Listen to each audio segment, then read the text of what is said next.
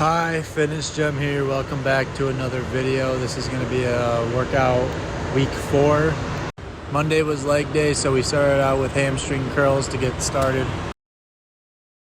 Next, I wanted to try out this good morning squat variation. You can see in the beginning, I start out with a good morning, and then once I reach the lowest I can go without breaking my form, I do a squat.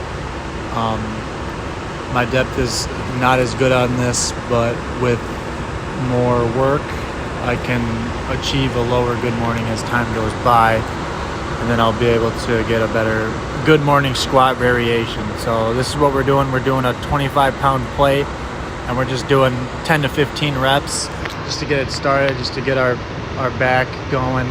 We don't want to break our spine, but we want to strengthen our lower back, and we also want to strengthen our glutes and our hamstrings. So this was good. I like doing this workout. I think I'm going to do it again pretty soon. After that, I'm doing dumbbell deadlifts with 15-pound dumbbells in each hand. We're going down nice and slow, and we're not going down too far to end up injuring my back, and we're squeezing our core to keep our back straight, to brace our back. We really aren't doing this to absolutely destroy our muscles. We're doing this to just prepare for the future when we are going to destroy our muscles, because we don't want to destroy our back doing these. So 10 reps of these. Next, we're doing sumo squats with the bar. First thing I noticed when I was doing this is the bar was riding down my knees, which this is actually caused by a weak posterior chain, which is a posterior chain is essentially your back muscles, your glutes, and your hamstrings, all of your back-sided muscles. So a weak posterior chain will cause the bar to ride your knees, and a stronger posterior chain will keep your body forward when you're doing these exercises. Tuesday, here we are preparing for a brutal back day. My lower spine, I really don't want to completely annihilate my spine. I want to hit my my back muscles. So here's me doing some dynamic stretching. I'm just sitting on all fours, and then I'm reaching my hand backwards, and then I'm doing that for both arms, and I'm just doing it for, I don't know, 30 seconds, couple 30 reps.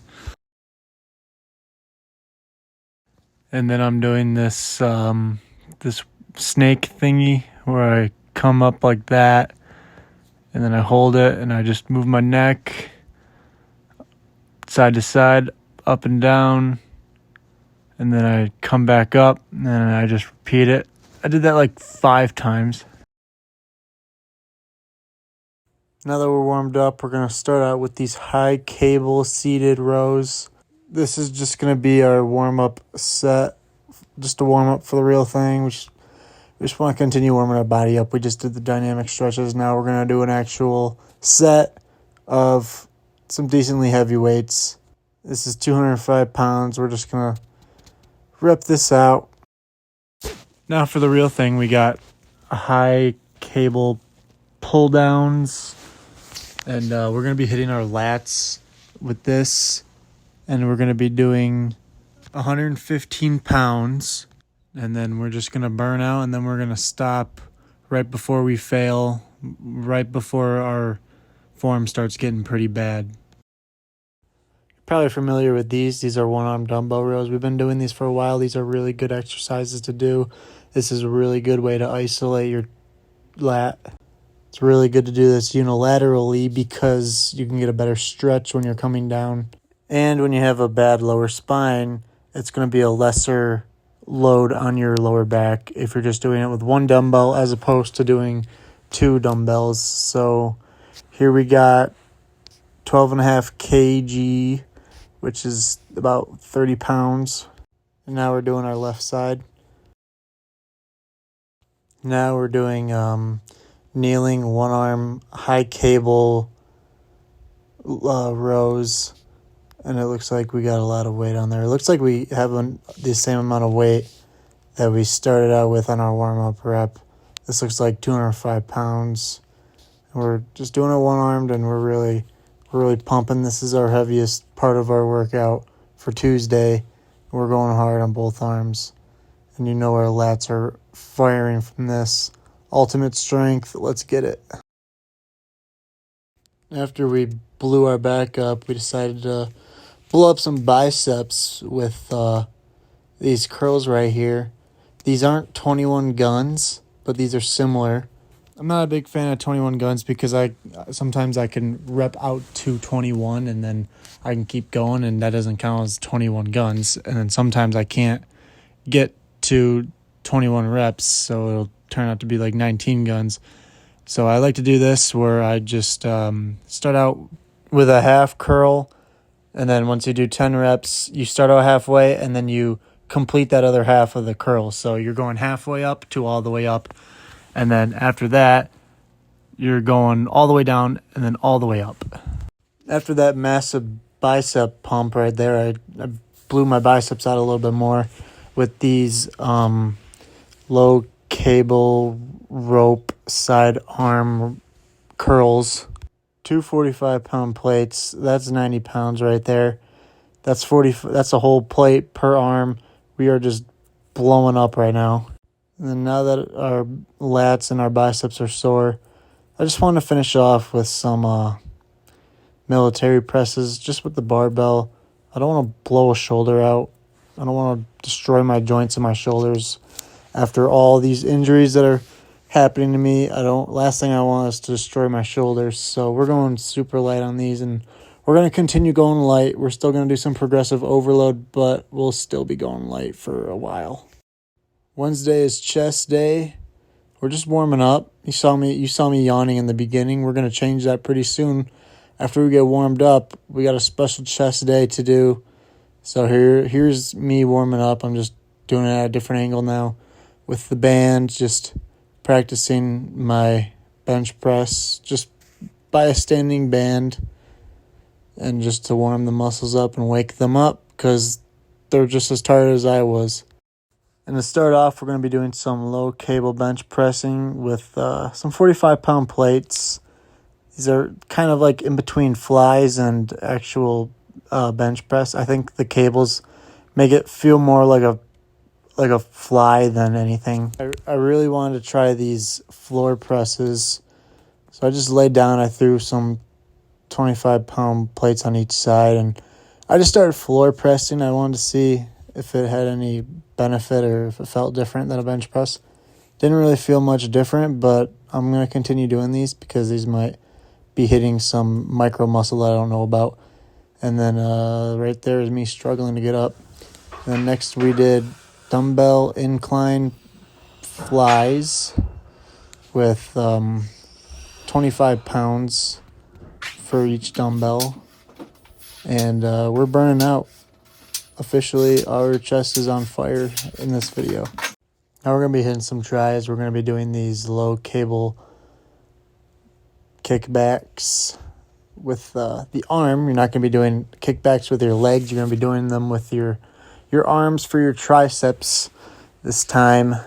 We're going nice and light because we're going to absolutely destroy our triceps. So we're just going to prepare them for an absolute fun fest. Next arm. Now it's time to really blow them up by doing some skull crushers with the easy bar. Looks like we got 25 pounds on each side, and we're just gonna blow them out right now. Looks like I've got some pretty bad form that I can work on for next time. Good thing I'm seeing this on camera right now, so I can adjust my issue next time I do maximum amount of hypertrophy. Now we got if you're not contracting in your glutes all the way when you're doing a full squat. So we're gonna prepare our lower so back. That's gonna sum up the rest of this video. Thank you so much for watching. Backs, make sure you stay tuned. We're just gonna kind of give it a spin. Be prepared for just more dynamic stretching. 30 days. Then we're going to do these little marches here to help out with our 45 minutes to an hour. Lower Make back, sure you stay in touch to wake for that. up those lower discs because that's the last thing we want to be messing with when it comes to working out. So here I'm just doing some little marches and just kind of giving a little reach to them. And then here's some funny looking sumo squat that I'm doing right now. You can see how bad my mobility is. I'm just going as low as I can, and I'm not even getting close to the ground. You can even try this out. I bet you have better mobility than I do. Here we go. We're starting out with some B stance. What are these called? Hip thrusts. B stance hip thrusts. This is what we're starting out with. They're a B stance because you can see my left foot toe is raised up, and then my right foot is still flat. So we're going to make sure after each rep we switch our feet. So now this time my right toe is up and my left foot is flat completely. And here I'm just repping out my hip thrusts.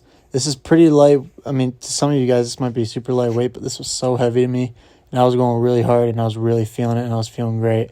And then I really wanted to try out these funny-looking kickbacks to donkey kicks. And I definitely liked them. That one looked funny because I was just making sure the cable wasn't getting caught on the bench. But, yeah, these were definitely burning me out, especially after those hip thrusts. I was feeling amazing, and I actually really like these. These are a pretty feminine workout, but some of these feminine workouts are amazing for your glutes, and I definitely recommend you at least give this one a shot if you have these ankle bands at your gym. If you do have the standard ankle bands, you can still try it out, but it might just be a little bit uncomfortable. It might kind of ride up your calf a little bit, but I mean, I definitely recommend at least giving it a shot. I have some pretty special ankle bands that also connect to your heels. And then here's me doing it on the other side. I'm just really burning these out. This was amazing on the hamstring and the glutes. The donkey kick, you can definitely get it right up into your hamstrings. And then that ending kick is for the glutes. And it's just amazing. I really like this exercise. After firing up our hamstrings with those kickbacks to donkey kicks, we're just going to fire out the rest of our hamstrings by giving us an insane finisher with some hamstring curls, 35 pounds. It looks like I'm just crying. I almost was. This was insanely good, and it burned really good. And these are always a good exercise to finish off a hamstring-based leg day. We're not done yet, guys. I'd like to address something. I have horrible mobility with my squat, so I'm going to explain what my issue is and how I can work on it. There is a lot of controversy where people are saying a Buttwink is okay for muscle growth. A lot of people are saying that it's all right to go all the way down and Buttwink when you're doing a squat. But those are the same people that are saying that mind over muscle connection is the most important thing you can do when you're lifting. But when you are butt winking when you squat, you aren't tucking in your tailbone. But when you're doing mind over muscle connection, you are tucking in your tailbone when you squat. This first clip I'm about to show you is me doing a proper squat while I keep my tailbone tucked in and I keep my upper torso aligned with my body.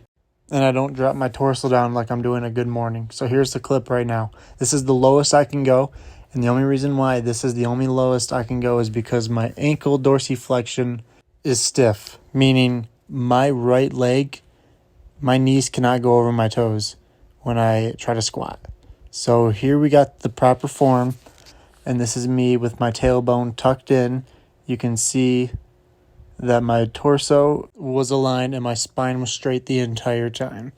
Now this next clip is me doing a squat without my tailbone tucked in. This is what will cause a butt wink.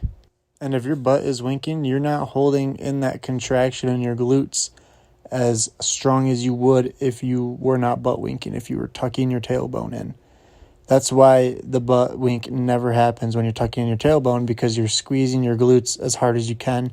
And here's an example of me doing a butt wink without tucking in my tailbone.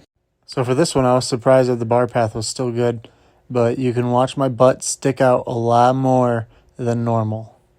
And then this is the deepest I can go, breaking form, tailbone untucked, and my upper body dips, and there was the butt wink right at the end. You barely saw it. If I could go even lower, you definitely would have seen the butt wink. And that is from you not tucking in your tailbone because you are not contracting your glutes all the way when you're coming down. And the butt wink is not going to cause any injuries. The butt wink is not bad for you.